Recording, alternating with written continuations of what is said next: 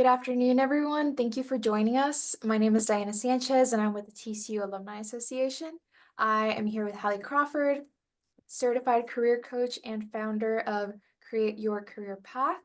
I'm so excited to have you all join us. We're going to give everyone a couple of minutes just to get logged in before we get started with our special guest, Hallie Crawford. So she's going to talk to us about what to do when you want a new job. But again, we'll give everyone a couple minutes to get logged in. Yeah, sounds good. I'm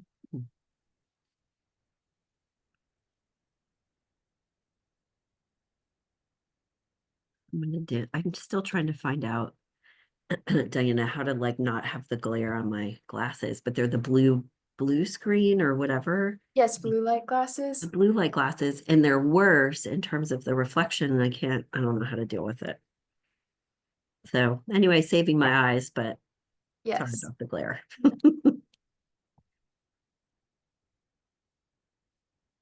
We've got a great turnout today too, which makes sense given it's the new year. So it's good timing. New year, new job. Totally.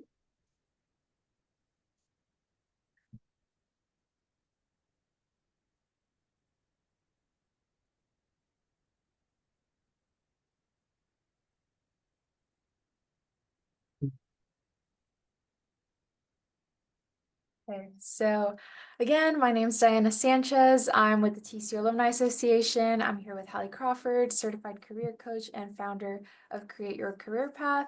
She's going to talk to us about what to do when you want a new job. So Hallie, take it away.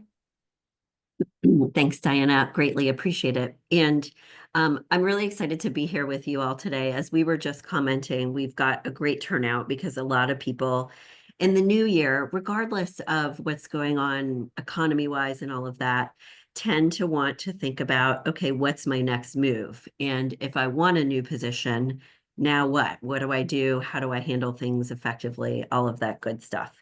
And we are going to be recording today, and we will send you all a copy of the recording, just FYI too, so that you know.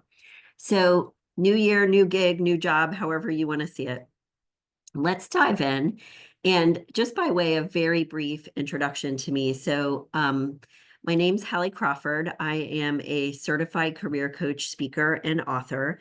I've been coaching and training since 2002. And so my running joke is most of my gray hair is underneath here, but I'm starting to get a little bit going on up here, unfortunately for me. I have an undergraduate degree from Vanderbilt University and a master's degree from the University of Illinois.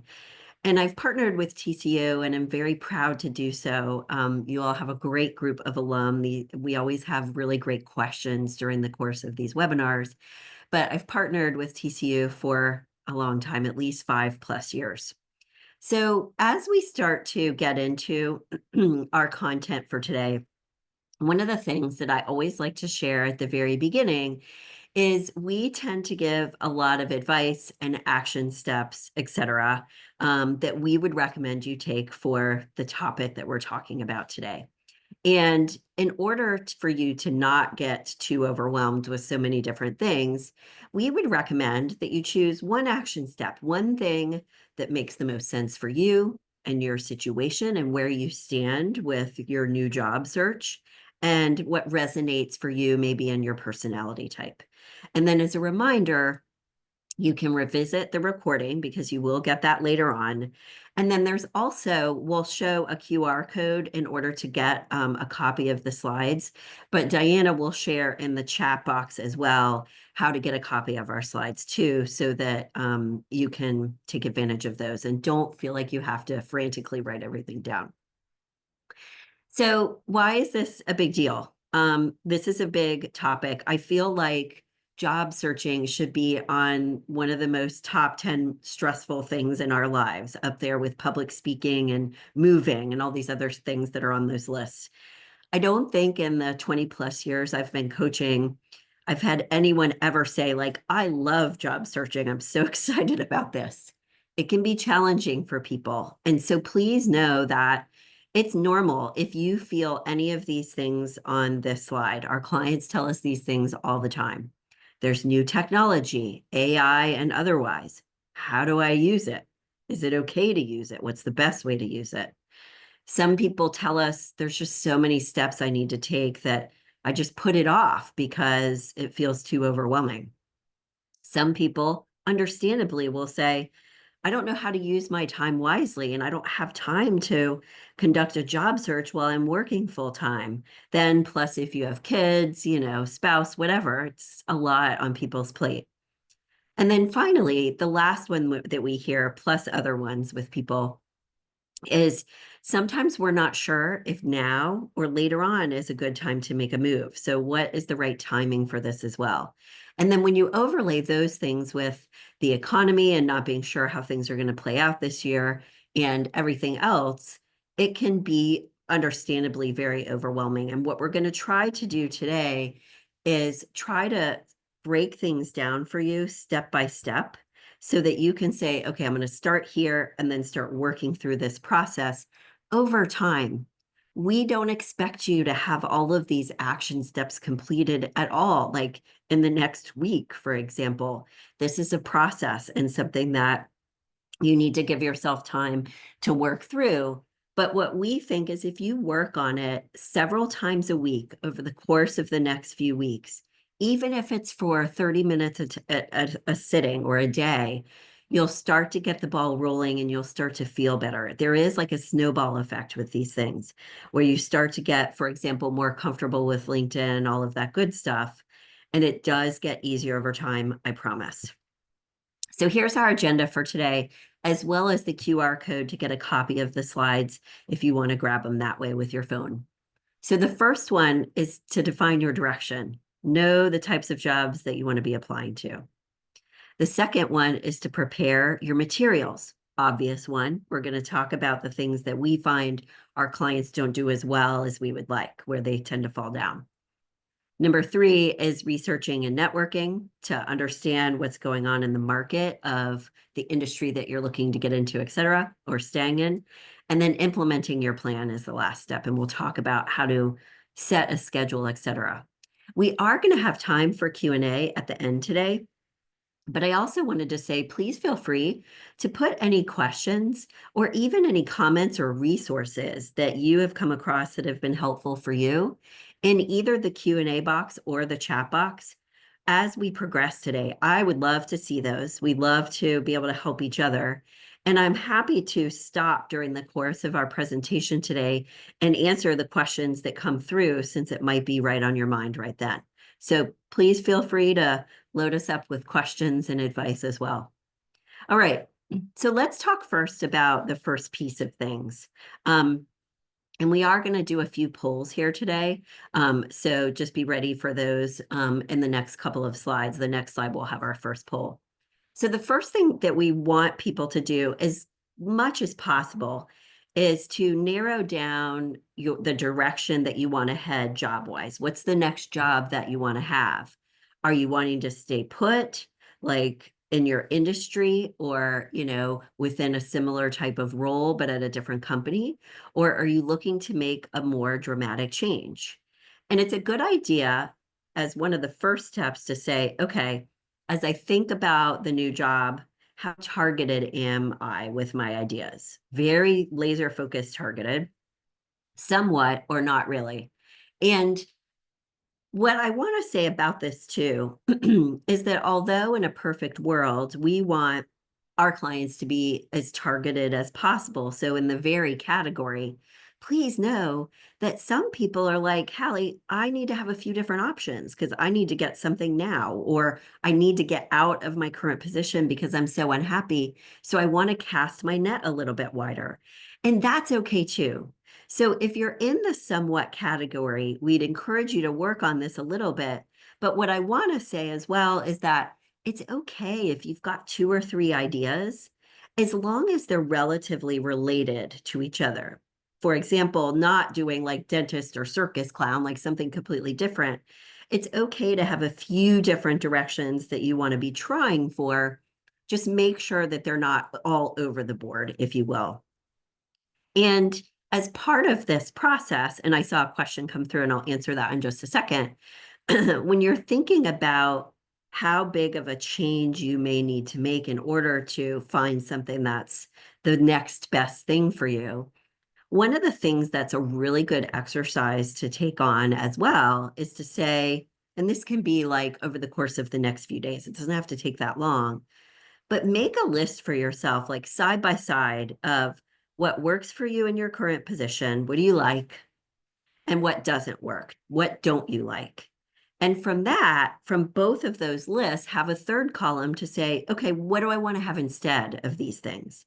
So you're starting to create a list of things that you want to have in the next job. And the cool thing about doing this is not only does it help you see things like in black and white from a more like objective perspective, but it also helps you get clarity about where you want to go and define the themes in what it is that you're wanting next. Is it a change in work environment, or is it more of a change in tasks and projects you work on? So if we could launch this first poll, Diana, that would be fantastic. I am really curious how many people out there today feel slightly unsatisfied, more unsatisfied, kind of 50-50, or, ooh, I'm about to run out the door. So extremely unsatisfied. And let me just look at this question and I'll start to noodle on this too. Advice for someone wanting to move across states, but doesn't have any contacts in the new area. Yes. So I would try to make connections in the new area by asking friends and family members if they know anyone there. For example, I would leverage LinkedIn to do the same thing. See if you've got, for example, any second connections in Chattanooga, Tennessee, which is beautiful, by the way. I've been there a bunch since I'm in Atlanta. And then another great way, and this would be my first one, is to leverage the TCU Alumni Association networking groups that they have available, LinkedIn and otherwise, because that's going to help you make those new connections. So it's going to take a little bit of legwork, but it's worth it.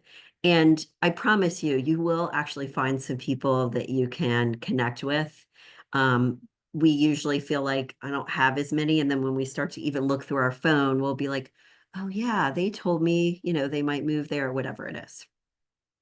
Okay, so let's take a look at our poll results and see where people stand with their satisfaction with their job.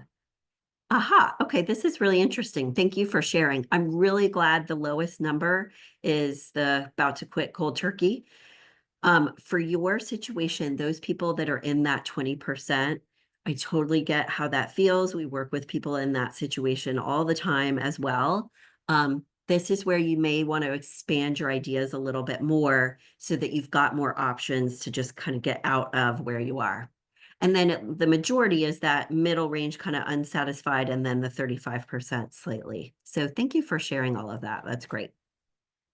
So let me share this one nugget here, and then I'll answer the next question that came through. So when we're thinking about job satisfaction and defining your direction, one of the things that I always like to share with people is that you can have a job you truly enjoy that is fulfilling and rewarding for you. But that also is not, I'm not saying you wave a magic wand, nor am I saying everything is perfect every single second of the day. You need to have the right perspective about finding the right fit. Nothing's going to be perfect all of the time. What we tell our clients, two things is number one, that you're looking for something where the good stuff about it, the things you enjoy, so far outweighs the things that you don't enjoy, the bad stuff, that you barely notice those and you can compromise there. And when you are a choice about where you are compromising in terms of your next job or career path, if you're saying to yourself, okay, I know I'm not going to get this over here at this next job, but all of these other things are worth it for me, you're going to feel that much better because you're choosing it versus getting sucked into that and being like, oh, well, this isn't what I wanted. So have and take the right perspective when you're looking at job satisfaction. Okay. And a quick question that came through addressing a 2-year gap due to being a stay-at-home mom.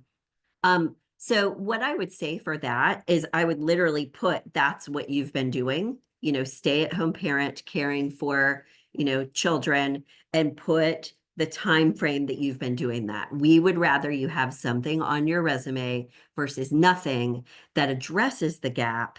And it's okay to put that there on your list of your professional experience. So chronologically, that would be the first thing at the top. Okay. And you can do the same thing on LinkedIn as well. And another question, and then I'll move to the next slide. I'm considering changing professions entirely. Is it worth the time to learn a whole new industry or stick with what I do now? Film graduate, amount of available jobs is low. Okay. So I would talk with other people in the profession a little bit more to find out how, like, when you're thinking about changing professions and moving into a different or new industry, I would find out more about what it's like in that new industry and see how excited and how good of a fit it could be for you. Because yes, if that's going to be the case and it feels like a really good fit and it's exciting and, gets you jazzed and motivated, then yes, it can be definitely worth the time, especially if you're younger. It can depend on your age a little bit there too. But usually I tell people it's worth the time because you spend a lot of time at your job and we want you to be satisfied and fulfilled. So let's look at this next slide here with our model. And this is the model. I developed this a long time ago when I first started coaching in 2002. And we have always helped people with their career direction and then their job search. That's our area of focus and expertise. And I wanted to have something where people could pretty quickly, without having to read like a really long book necessarily, identify and start to brainstorm ideas about possible career directions for them in an easier way. And this serves as a checklist to do that. So it's okay to have a few ideas, like we said before. And in order to define your direction, we recommend using our model to help you sort through your current ideas, maybe narrow them down and make sure they all check all of these boxes, but also come up with new ideas. And reminder, there's a link to the slides in the chat. So if you'd like to grab those, you can. So when you're looking at possible positions and brainstorming ideas, you want to be thinking about things that would be fulfilling and rewarding to you, that are aligned with your values. We want you also to look at your interests from your personal life and professional life too. What projects or tasks have I been drawn to over time in my life so far? Because that can give you clues to the types of jobs you may want to be looking for as well. So values and tasks. We then want you to look at your strengths. It's a great idea to get really clear on what your top 5 strengths are so that you can brainstorm ideas. Make sure that the current ideas you have on your list are going to play to your strengths. But strengths are also important because you need to articulate those effectively in your resume, etc. So use your strengths to brainstorm ideas. But as you're starting to think about other ideas, you can also narrow them down using this box as well. We then want you to look at your past experience in education at TCU and any other certifications you've obtained or anything else there. What was most enjoyable for you? And do the current jobs or career ideas on your list check these boxes? Is it going to leverage your experience in the way you want to? Is it going to leverage your education if you wanted to do so? Then we take a look at personality type. Am I more introverted or more extroverted? Personality type influences the type of role that you should be in, the type of organizational culture or environment over here that works for you, as well as the type of people that it's ideal for you to work for and with. 3 different things there with personality type. And then finally, we want you to consider work environment. This is a make or break for career fit. We had a client once in Chicago. She worked at one of the big 4 consulting firms. When she first came to us, she said, some days I think I should go be a chef. When it came down to it and she worked with us, she realized the majority of her dissatisfaction was not her projects, nor her employees, nor her clients. It was more, at the end of the day, her boss in the work environment that was being created there. She also wanted to have less travel in her life. So she decided to be an internal consultant and work in business strategy, development, et cetera, within an organization instead. So it was a course correction for her. But at the beginning, she was thinking big career shift. This is why the model helps. It helps you make the right choice and not make a change that's not going to work or be the right fit. And then finally, we have clients look at compensation last, not because it's not important. It's a good way to narrow down your ideas and ensure you're going to be able to pay your bills. But we don't want you to start with like, okay, well, I'm good at this and I'll get paid well, so I'm going to go for that. Because if you don't consider these other pieces, you could definitely end up in the wrong fit. So make sure you consider everything. So quick question here that came in the chat box. What if the professors who classes you took at TCU, and I'll go to the next slide, don't work there anymore, do not want to give you reference, and the job requires 2 references? So if there are other professors you can think of or anyone else at the university that you connected with, maybe in the advising center or anything else, you could try that. Otherwise, if not, you can ask anyone you've worked with in previous jobs. You could ask former classmates to write you something as well. And you also could consider asking like friends and family members that you've known a long time. You don't have to put on there that that's how you know them, but it's okay to use those as an option. Great question. Thanks for asking. So let's look at fulfillment first and why we want you to talk about this for a moment, because we have enough people that are not totally satisfied today. When you're brainstorming ideas and going through this process of, okay, what is the right next fit for me? To define fulfillment first, we feel is ideal because it's going to help you cast your net wider, brainstorm a lot of different ideas versus narrowing your thinking too much. And if you do this, it will enable you to also see what else is out there, because there are jobs out there that you and I don't even know exist. There's so many different options. So it's a good idea to focus on this fulfillment piece first, like what would be rewarding to me, and ask yourself and work on these 3 exercises on this slide, whatever makes the most sense for you. You can journal for 5 minutes, doesn't have to take that long, about how you define success. That can give you clues to what might be fulfilling. Think about and journal about your ideal day at work. What qualities would it have? And we have some clients who are more visual. They like to create a career vision board. So however works best for you, if you're more of a writing or visual person, think about what your ideal day at work might be. What are the projects and tasks you might be working on?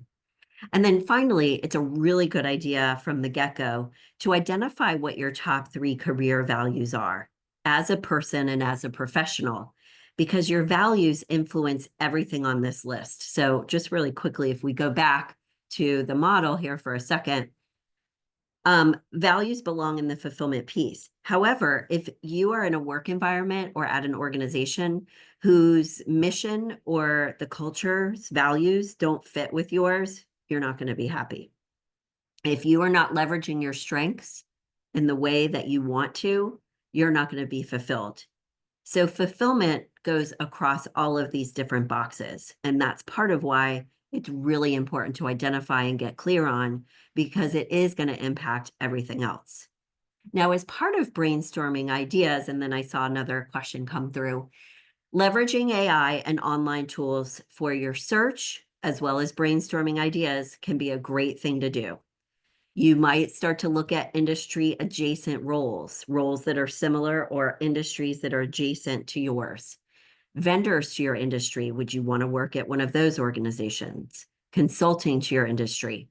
You can brainstorm career ideas as well as get help with your materials, which we'll talk about in a moment, using AI and ChatGPT. Now, what we always tell our clients is, please don't use it as the base for everything, and that's it, that you just spit everything out as AI. Working with a client that worked with us last week, she is in a position of hiring people all the time. She works within HR, and she and her colleagues have a running joke about AI resumes where they're like, this is AI, this is AI, this is, and they don't like it. So you need to be careful and use it wisely, please, and thoughtfully.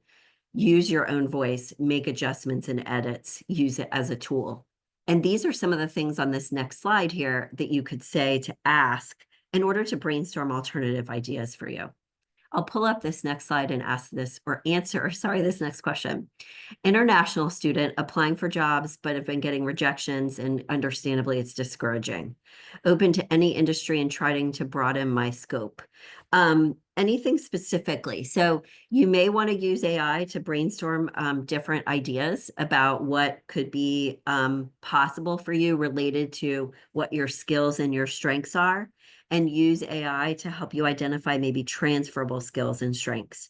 You can also use AI to help you adjust and work on your resume.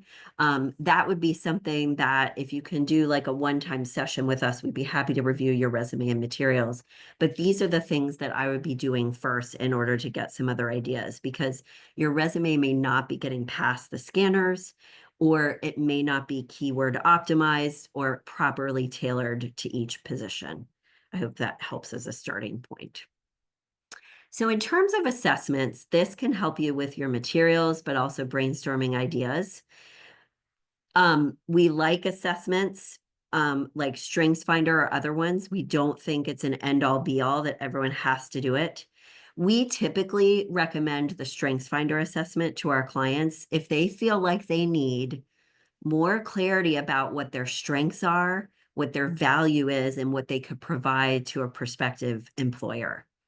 And we like this because it can help you brainstorm alternative career ideas, narrow things down, broaden your scope a little more, like we were just talking about, but also articulate your strengths really effectively in your materials, but also verbally in an interview too. So we always do like a one-time assessment session with clients if they really want to focus on the StrengthsFinder solely. And we help you in this session as well, it's on the QR code there, to talk through anything else that you want to as it relates to the StrengthsFinder. Do you need more help with your job search as it relates to that? Do you need more help with your career direction? Either way is totally fine. But when you're thinking about your direction, as a final note here, and then we'll move into more job search nitty gritty, make sure, bottom line, you consider each piece of the model. And by the way, when you're articulating your value for your job search to prospective employers, we want you to focus on your strengths, experience, education. But we also want you to focus on those soft skills that you have because of your personality type and strengths. And we also want you to tell prospective employers why you're interested and excited about their job. We had a client once several years ago who was hiring like 10 people, expanding his department. And he told us, if a prospective employee could not tell me why they're interested in the job or passionate about what they do, I wasn't going to hire them. Employers like to hear that, so include it as well. Let's talk next about ensuring your brand is up to date, as well as your elevator pitch, resume, and LinkedIn as well. I put the brand and the elevator pitch at the beginning here, and this is the same thing as elevator speech. They're interchangeable because these are the two that our clients tend to struggle with the most, or they don't do as well as we would like them to when they first come to us. And I get it. They've worked on their resume and LinkedIn and they're exhausted. It's like, okay, I want to move on to my search. So we'll talk about those two things as well as the others a little bit more today. So when you think about your brand, and I know that a lot of you have probably, yeah, I know branding. I've heard that before ad nauseum. I'm not sure what it means. It means your unique selling points. What's the combination that you have of strengths, education, and experience, but also personality type and your values, your passion, and your interests? It's all of this put together. So, for example, we worked with an interior architect years ago to help him with his job search. And he loved what he did, and he was able to articulate that in a very clear way. He wanted to create effective but also appealing spaces that would make someone want to be in that space. But he also had a unique set of past experiences in that, in addition to education and work history, his dad owned a construction company in Chicago. And he worked construction for all of his life when he was in high school. So he also was able to speak the language of construction, not just interior architecture and design. And that helped kind of round out what his brand was, if that makes sense. So you want to make sure that you're talking about all of these different things. That was a personal experience he had, but he was able to put it on his resume. You want to make sure that if we look at the right-hand side here, and then I did see a question come through too, that you want to make sure your resume and LinkedIn are branded, and we'll talk about what we mean by that in the next couple of slides. We also, second, want you to make sure that you check your online presence, make sure your social media is clean and there's no concerns there. Google yourself, all of that good stuff. Candidates will get turned down if they see something on social they're not thrilled with. We had a client ask us the other day if there's a way to delete a bunch of Facebook posts from pre-something because he was a little bit worried about some of the content there. We don't know of any tools or apps to do that, but so he's going to have to do it manually. But the thought that, the fact he was thinking about it is really, really good. So question that came through, I've noticed it is difficult to get interest from outside of where you're located now. Is it best to only apply in your current location? It is easier to get a job in your current location. I mean, let's be honest, right? Especially if the position is going to be in person. Remote work doesn't matter as much. So for in-person jobs, focus on your current location. But if you need to expand your search, I wouldn't give up on the other areas of searching. But what you need to do for those is you need to do more networking in order to get your foot in the door a little bit more. And there are certain things that you can do for your location on resume and LinkedIn that we can mess with a little bit as well to help you with that. And for jobs that are remote, the location is going to matter less. So just kind of use those as the rule of thumb, if you will. That's a really great question, though. And it is something that a lot of people encounter. So you're not alone there. Let's take a look at AI here for just another second, and then we'll go through elevator pitch, etc. So AI can help you identify some of those soft skills that might be important for specific roles that you're going for. It can help you identify some of your common strengths for your current role. Some of them may be relevant to you, some of them may not be. This is where you want to, use it wisely. But remember, there's lots of different ways you can leverage AI for different situations that you're in and get help for certain things on your resume. Let's talk next about your elevator pitch. So I think most of us know what this is. It's that short little blurb that you tell someone the benefits, the deliverables, the results that you provide to someone. So for example, my elevator pitches, I'm a certified career coach, and we help people find jobs that make them want to jump out of bed in the morning to go to work, because that's easy for someone to remember. It's a common problem that a lot of people have, like, I don't want to get up on Monday morning, etc. And it explains, in a nutshell, what we do. So something like that, if you start to think about, okay, with your elevator pitch, who am I talking to? Is it a prospective employer or someone else who could give me a connection? You want to make sure you've got the deliverables in there, like what is it that I provide in the world to our clients or our organizations or whatever it is. Try to find something that captures people's attention, but remember, you don't have to be a comedian here. And make sure that you practice this in front of the mirror so that you feel really confident about saying it. It flows naturally, all of that other good stuff, okay? Here's a couple of examples on this next slide. Remember, you can get the slides by using the link in the chat box if you want them. If we use the bottom one here for just a second, this guy is an environmental consultant, and he would go into an event using this. And if you look at the different components, government agencies and private companies, that's who his clients are, who he works with, who he gets results for. What he helps them do is navigate through environmental compliance, which is, as we all can imagine, a lot. And his projects are always timely, et cetera, et cetera. So these are two examples that you can get ideas from in order to work on yours. So two questions that just came through, and then we'll look at this. I'll pull up this next slide while we're doing this. Any advice for looking to move inside your organization? A lot of the same things are going to apply here.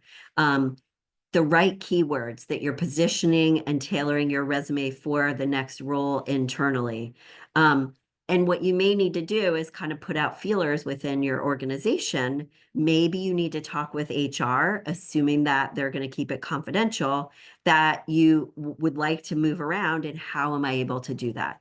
So see if you can find someone within your organization, whether it's HR or someone else, that can help you get a sense of, what's reasonable here, but you've got to sell yourself effectively too. Another person asked, is it a red flag if I am not active on LinkedIn? It is a little bit of one. So what I would suggest is that you get on LinkedIn and you go ahead and just start filling out your profile. I would worry less about, oh, you haven't been on LinkedIn for 20 years. Don't worry about that as much. Just get something on LinkedIn, because it's another way to sell you effectively, and it's worth having that. And in some cases, they might be like, okay, are they hiding something because they're not on LinkedIn? Let's talk about resume and LinkedIn right now, and then we'll get to these other questions too as we progress. So all of your materials should represent you and communicate your brand. You want to make sure the formatting is as it should be so that you can get past those ATS scanners. If you'd like more information about the resume templates that we sell on our website, you can email me. I'll put it in the chat box in a minute, or go to our website on our resumes page. Be careful when you're choosing templates off the internet, because some of them may not get past the scanners based on the formatting. So you do need to be really careful about that. Include the right keywords here if you're looking at this slide, so you make sure you get past the scanning systems. Make sure that with all of your bullet points, you're mentioning really marketable results. They're as results oriented as they possibly can be. And do have a summary at the top. This is one of the resume templates that we provide and sell on our website, and we provide to our clients. What I mean by branding is this: I go to this person's resume and I know exactly who they are. They're a marketing and communication strategist. And I've got a really nice tagline about what their area of expertise is, as well as a good summary that explains what their marketable results are. Okay. So make sure that you're branding yourself this way. And it looks like, Diana, there might be an issue with the chat. Someone said when they click on the chat, it says it's disabled. So if you could maybe figure that out, that'd be great, with the chat box. So thanks, Lisa, for telling us that. We'll try to get the chat fixed. So branding, what I mean by it is you've got this nice header and you've got this header here as well as your summary. Now, when we're looking at revising your resume just a little bit further, and someone else said the slides are disabled, or the chat's disabled. So thanks for telling us that. We'll get that sorted out in just a second. When you're revising your resume, like we said a moment ago, you can use AI to work on and make some revisions. Don't have technology write it from scratch. Don't recommend that. And you can use AI, though, to help you with the right keywords. And there's good scanning systems out there that we like to use with our clients and suggest to them. And you want to make sure that when you're doing the keywords for your resume, you translate those over to LinkedIn and use those same keywords. The chat box should be working now. So if you would go to that, that's where you can get the slides. Thanks for your patience there. It's hard to know if everything's working. So I really appreciate you guys telling us that. So the chat box should be working. And if you do have comments you want to make or anything else using the chat, please feel free to do that. Let's talk about LinkedIn for just a moment, and then I'll start to answer these other questions as well. You guys are great. Thank you for asking all of these. So with LinkedIn, you not just want to have a branded, professional headshot, but you want to have a branded banner as well.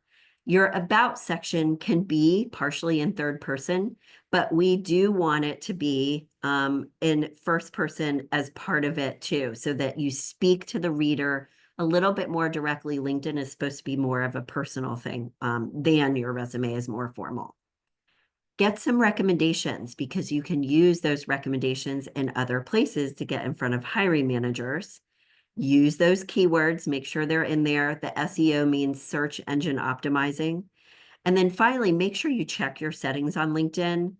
9 times out of 10, people haven't checked it in a little while and they're changing things all the time. It's hard for me to keep up. So make sure that you've got turned on, I'm open to opportunities if you want to have that turned on. Okay. Um, what I mean by a branded banner is right here. So she's got a great headshot, but she also has this branded banner. So when you land on her profile, you know exactly who she is. And she's got a really good tagline as well. This is something that we do with our clients all the time. And we've got great templates and a LinkedIn guide that gives you examples of these types of things too. The QR code is to go to our website to check those out if you want to get those. Couple of questions that came through. I'm an alum from Bolivia and currently living there. Due to political issues, looking for remote work. Makes sense. Searching and applying online, but haven't been able to find anything. So one of the places where you can look for remote jobs, oh, you know what? Well, I'm going to type the answer. So hopefully everyone can see my answer actually in the chat box. Remote.co is one. And, oh, shoot. Okay, sorry, I submitted it too fast. So remote.co is one, and then another one, and let me type the answer to the next one, the next question, flexjobs.com. Those are places that have remote work primarily on their websites. And then another question, and I'm putting flex jobs in this response here. Any tips for what to do after applying? I would absolutely send them an email to follow up. If you don't hear back after that one email, I would send them another email for sure. So definitely follow up with applications no matter what. Unless they say anywhere on their website or anything else, do not contact us. Always follow their instructions and do what they ask. But outside of that, yes, absolutely, always follow up. And I'm posting right now the Flex Jobs website too. All right, let's talk next about LinkedIn etiquette. When you're looking to expand your network of connections, if you would like to connect with someone who is like a second or third connection to you on LinkedIn, always ask for an introduction from the person who's connected to you, okay? Because you're much more likely to get a response from that person, and then you have their contact information and you can follow up with them. So we always want that versus jumping over and going to that second or third connection directly. Diana, if we could launch this next poll, I am curious how many people already do this. And if they do, fantastic, that's great. I know that every once in a while, our clients, when they come to us, they'll be like, oh, okay, I'm just going to go talk to them. And I'm like, no, no, no. Always ask for that introduction because it's going to go better if you do. And another person asked in the chat box or Q&A box, excuse me, is it worth considering a career change that requires further education? Absolutely. If it's going to be the right fit for you, I went back to school to get certified as a coach and take beginning coaching courses. And it was the best thing I ever did because I love what I do. So absolutely, I would recommend that if it's the right career path for you, make sure that's the case. And another person asked, should I block key individuals in my organization to prevent them from seeing that I'm getting more active on LinkedIn? If you are concerned that they will notice this, absolutely, I would do that to be safe. A lot of our clients are not overly concerned about that because they don't feel like their employer is really going to be paying attention. And what sometimes we'll do is have them make those updates over time and slower. But absolutely, if you're concerned about it in any way, shape, or form, I would go ahead and do that. And let's take a look at our answer to our poll here. How often or how many people will share the results?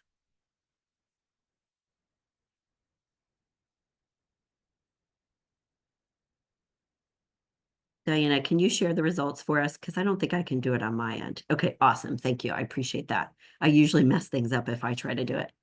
Okay, so we've got sometimes in the middle. So thank you for being honest about that. And I'm glad that, you're at least doing it some of the time. I would always do this across the board, unless for some reason, let's just say, you met the second connection is one of your best friends and you already know them and you don't need that introduction. So the only time when you don't need this is if You don't need that introduction because you know that second or third connection well already that you can go directly to them. Thanks for sharing that really good information. And Diana, if you could send or post the link to the slides in the chat again, that would be great. Someone's asking about that. Just so you know, you can scroll up more in the chat and you should be able to grab them, but Diana hopefully can do that for us as well. So let's take a look at LinkedIn and we'll start to get to our Q&A in a few moments here too. Keeping up with your network. We are not expecting you to write articles and post them like every single day of the week. Just make sure that you're posting on LinkedIn like, once a month, every other week, something like that, that you're checking your messages, you're reaching out to people, and that networking is part of your regular job searching schedule, because that's how the majority of people get jobs. Through your alumni association, through TCU, making connections there is the best way to go. You can ask ChatGPT for events in your area, association meetings for your industry, career fairs, etc., places to network. People still get jobs through networking, and there are lots of really great ways that we teach our clients to help them stand out from the crowd, get in front of hiring managers and recruiters on LinkedIn, and find people to network with. If you'd like to learn more about our services, we always offer a free consult. We do give a discount for TCU alums, so please make sure that you mention that so we can give you that code. And then finally, we want you to do as many informational interviews as you can. This is a way to network with people, to get connections, but also to get job search advice that is specific to the industry that you're in or you're looking to get into, or the organization. So I believe this is our third and last poll for today. I'm really curious how many people have completed an informational interview, especially virtually. If it's not virtually, okay, fine. But what we want you to ask these people is for job search advice. You're not asking them to get you a job, but do they have connections that would be helpful for you? Do they know about keywords that you really should be focusing on? Do they know any recruiters that they've worked with before that they liked? So we'll give you a moment to do this, yes or no. And we've got a couple more questions here. When I've asked for an introduction on LinkedIn, the common connection really doesn't know the person. This is sometimes going to happen. I would still ask anyway. And if they're like, I don't really know that person, ask them, totally understand, would you be willing to make an introduction regardless? Or if that feels too awkward, you can go ahead and go to the second or third connection directly. And it's okay, I think, to say we're mutually connected through so-and-so, but I wanted to talk with you about ABC if I could. You're not leaning on that interim connection as much because they don't know them at all or as well. Great question. Thank you for that. So what's our response, Diana, for our poll here? I'm curious about this one. Good. A lot of people have. So I've noticed that these numbers have gone up over time. So I'm thrilled to see this. And for those 43% that have not, that's why you're here. Totally fine. These are things that it's a really good idea to do and to start working on. And this is where you can leverage your alumni association enormously. A third thing that you can do in terms of preparing yourself and understanding what's important to put in your materials and what to say, buzzwords on people's LinkedIn profiles who are at a certain organization that you're interested in or in a role. Look at the company's LinkedIn profile. What are they talking about so that you can identify things you may need to put in your resume or your application. And look across also multiple job descriptions for the same type of role so that you can get a feel for what are those common themes and the themes that they're always seem to be looking for to tell you what you need to be focusing on. And then finally, our fourth step, and if we don't get to all of our questions today, what I will do here, because we've got a lot of them, is Diana, if you could put your or my email address into the chat box as well. If we don't get to your question, you can feel free to email it to me. You need to have a plan and a schedule for your search. An Excel spreadsheet is great. to build out for your networking connections, your job applications, recruiters you might be working with, all that other good stuff. We want you to stay organized. We want you to update your voicemail so that it's your voice and perky and upbeat. Create a branded a branded email signature so that you're standing out from the crowd that way as well. And it's easy for people to contact you. And if you feel like you need to take a class to get better qualified for whatever jobs you're looking for, LinkedIn Learning and Coursera are great places to look. Okay, so thank you, Diana, for navigating through the chat. Okay, so how about when getting invited, link to the slides? Okay, blah. Okay, so let me see if I can get through some of the chat questions. I had a bad experience where a female young coworker asked my husband to connect on LinkedIn. We worked in a nonprofit, and that time husband worked for a corporation, found that very distasteful. Okay, some people may not want to connect with as many people on LinkedIn. I get that. Link to the slides, we've got that. What about when getting invited to share a comment? I've gotten a couple of those and not sure what to do about them. That's up to you. I think that sharing a comment helps you get in front of other people on LinkedIn, but I would spend time doing other things versus worrying about sharing comments, honestly. Okay, good. So that one is there. Another question in the Q&A is alternatives to LinkedIn. Is it only staffing and recruiter job posts? Some are scams. Yes, absolutely. There's a lot of ghosting. There's a lot of postings that can be scams too. And honestly, it's kind of hard to know exactly when they are. If a job has been posted for a really long time, that is a red flag. And also if the job posting just doesn't seem to be written well, and it doesn't really make sense, that's a possible red flag too. This is LinkedIn is still the main way to network, but I'm not saying that's the only job board. So if that's part of what you're asking, the other job boards we like are ZipRecruiter, in some cases Indeed.com, and in some cases Glassdoor.com as well. For recruiting purposes, usually we want to, networking purposes, we usually do want to use LinkedIn. Other industries, I think, are trying to come up with other platforms like this, but they're still kind of at the beginning and not quite as robust. Another person said the success rate of asking for informational interviews is about 5%. That can happen. It is like sales. So please know that I'm not saying every single person is going to get back to you. And this is why the more reach outs you put out there, the higher that number will be, like the more you'll get back. So you do have to do that.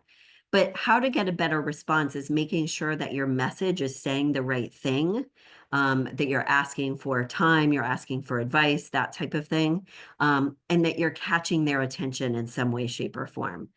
And in terms of reaching out to the same person before giving up, I would only reach out to any one person 2 times and then I would move on.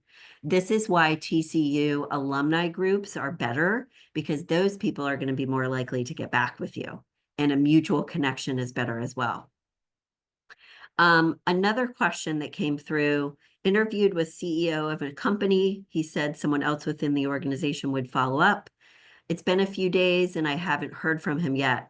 I usually like to give people about 5 business days before following up. So that's usually kind of my rule of thumb. Another person asked, recommend setting up LinkedIn Premium. I absolutely would, because it gives you a lot more features, more messaging, capacity, a lot of other things. You can try the free version. And what people tell me is after the free month that you get, if you don't sign up right away, they'll usually send you a coupon code and a discount. So hold out on them a little bit and you'll save some money. Should we fill out another question, race, gender, veteran questions in application, or leave it blank? Does it work against you? It depends on the organization and it's hard to know. My preference is always to just be transparent about things, because to me, I feel like personally, and this is my personal preference, if someone else feels differently, I totally respect that. but I don't want there to be any obstacles to them bringing me in for an interview. And I don't want them to think I'm hiding something or uncomfortable with something.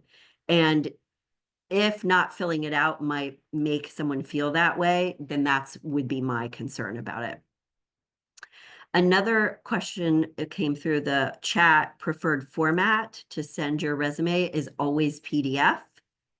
There's a great little note from Terrence in the chat about scheduling, which is fantastic for networking. And another question is, how do you figure out hiring manager to follow up with if they're not listed on the posting? Great question. You can try to find them on LinkedIn as a possibility. Sometimes you can find them, sometimes not, but that's where I would try. And how can you address the age issue to not getting passed over? You can remove dates on your school in your education section. And for older jobs that you've had, you can just list them at the bottom of your resume without dates and without a lot of bullet points. It's just more like a bulleted list. Another person said, I would think that if a student is an intern, yes, it would be easier to get those informational interviews at that company. Yes, it should be if that's the case. But if people are not being as amenable to it, I would see if I could find a way to get those set up through HR or through some other outlet if possible. Maybe an alum works there or works there, but at another office. Phew. Okay, so Diana, I think we answered all of them. And I wanted to give you a chance to make any announcements or anything else before we go. Reminder that the link is in the chat for the slides. And there's also from Terrence some a great way to schedule appointments, as well as hopefully that's a little bit more info about networking too. Yes, I do have one question that was sent to me, I guess when the chat wasn't working. Someone is asking what the coaching experience is like working with you all. Yeah, no, thanks for asking that. So we work with clients on like either a session by session basis. We have an hour scheduled and it can be every week, every other week, once a month. Typically, people will purchase like a bundle of sessions and we'll make that recommendation based on what we feel is best for your needs. But it's the talk time that you have with one of our coaches as an expert for whatever your situation is. And there's also a lot of materials that we give you, like templates, guides, etc. And our advice is always going to be tailored to your situation. So we're there to ask you the right questions, but definitely always to give you advice too. So thanks for asking that. The preferred format for resumes is PDF. And another question, I've been out of a job since August. And since then, a lot of odd jobs to the resume. I would add those to your resume, but I would do it in a certain way that it comes across as like professionally and not like you've been kind of all over the place. So that may be something that you want to do like a resume review with us so we can help you kind of word that a little bit more. And one other question, and then Diana, you can close things out for us.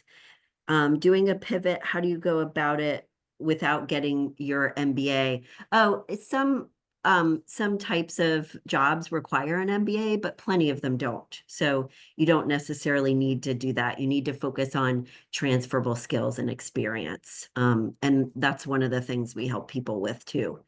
So don't assume it's always an MBA. All right. So thank you for your time, everybody. We really appreciate you being here. And oh, thank you for the kudos too in the Q&A box. That means a lot to both of us. Diana, anything you want to say or announcements before we go? Well, thank you again for another wonderful webinar session. I know this will be very helpful for a lot of people that want to know what to do and how to get a new job. And again, like Hallie mentioned, Terrence is also a valuable tool when it comes to finding a new job. So he put his information in the chat, slides in the chat, a lot of stuff is in the chat. But we'll record this webinar and we'll post it. So just in case you missed a couple things, you can go back and rewatch. And we'll be sending out a follow-up email with that.